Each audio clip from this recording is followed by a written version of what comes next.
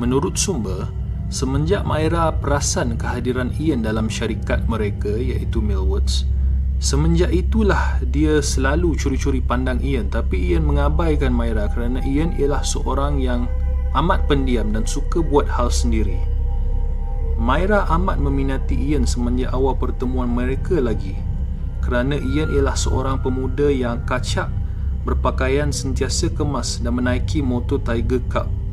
Sesuatu yang amat menarik perhatian pada waktu itu sekiranya anda menaiki motor berkuasa tinggi. Minggu berganti bulan, Myra dikatakan menjadi obses dengan Ian walaupun pada waktu itu Myra sudah pun ada lelaki lain. Tahap obses Myra kepada Ian ialah sehinggakan nama Ian hampir setiap hari ditulis dalam diarinya. Antara ayat yang ditulis oleh Myra dalam diarinya ialah, "He looked at me today. Ian spoke at me today. Ian is in bad mood today. He has not looked at me today." Penantian yang ditunggu-tunggu Myra berakhir apabila Ian mula mendekatinya dan turut mengajaknya keluar tengok wayang pada Disember 1961. Cerita yang dilihat mereka di panggung pada hari pertama dating bersifat perang dan keganasan kerana ianya adalah pilihan Ian Brady sendiri. Dan perkara ini berterusan. Biasanya Ian akan mengajak Myra tengok wayang dan Ian sendiri akan memilih cerita yang berunsurkan keganasan. Myra tidak mengesyaki apa-apa pun yang pelik tentang kekasih barunya itu.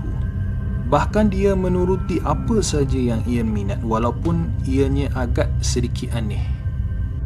Hal ini mungkin kerana Myra merasakan hidupnya sebelum ini biasa dan membosankan.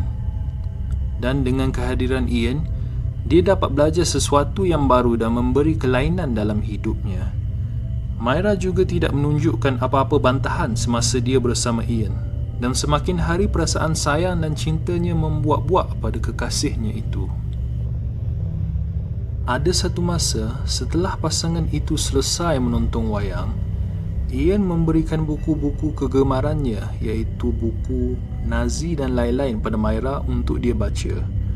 Ian mahu Myra memahami isi kandungan yang terdapat dalam buku itu, walhal ianya berunsurkan tentang perang dan keganasan. Dipendekkan cerita, minda Myra slow-slow di-brainwash oleh Ian sehinggakan dia memberitahu Myra bahawa rogol dan bunuh adalah bukan satu kesalahan tetapi ianya kepuasan yang sebenar. Mindset Myra yang ketika itu sudah berbeza dengan dirinya yang sebelum ini menerima sahaja apa yang dikatakan oleh kekasihnya yang tercinta itu. Bagi Myra, fahaman dan falsafah Ian tentang kepuasan dalam keganasan sangat unik dan dia turut mengagumi pasangan kekasihnya itu.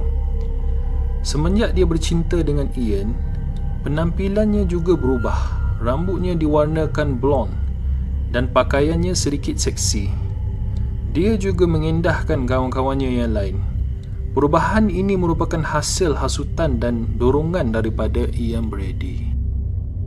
Di samping itu, Ian Brady ialah seorang pemuda yang mempunyai keinginan dalam sadomasochistic sex ataupun sadism sex. Sadism sex bermaksud seseorang yang akan mendapatkan kepuasan seks dengan mencederakan pasangannya. Pendek kata, Ian mempunyai selera seks yang pelik dan tidak normal. Tetapi ini juga bukan penghalang buat Myra untuk terus dilamun cinta dengan kekasihnya itu. As the weeks goes by, disebabkan Myra sudah terikut-ikut dan mempercayai semua akan fahaman karut Ian telah merancang untuk melakukan satu rompakan dan mahu Myra menjadi pemandunya. Myra yang pada ketika itu sudah taksub dan tidak mempersoalkan langsung rancangan itu. Bahkan dia sanggup mengambil ujian memandu dan membeli 2 pucuk pistol untuk menjadi pemandu Ian ketika mahu melakukan rompakan. Tapi sebenarnya tiada rompakan pun yang akan berlaku. Tujuan ia membuat demikian ialah hanya untuk melihat sejauh mana kesungguhan Myra dan kesetiaan Myra untuk menjadi rakan jenayahnya. Dengan ini, Myra telah membuktikan bahawa dia seorang yang sesuai untuk menjadi penolong Ian dalam melaksanakan ideologi gilanya.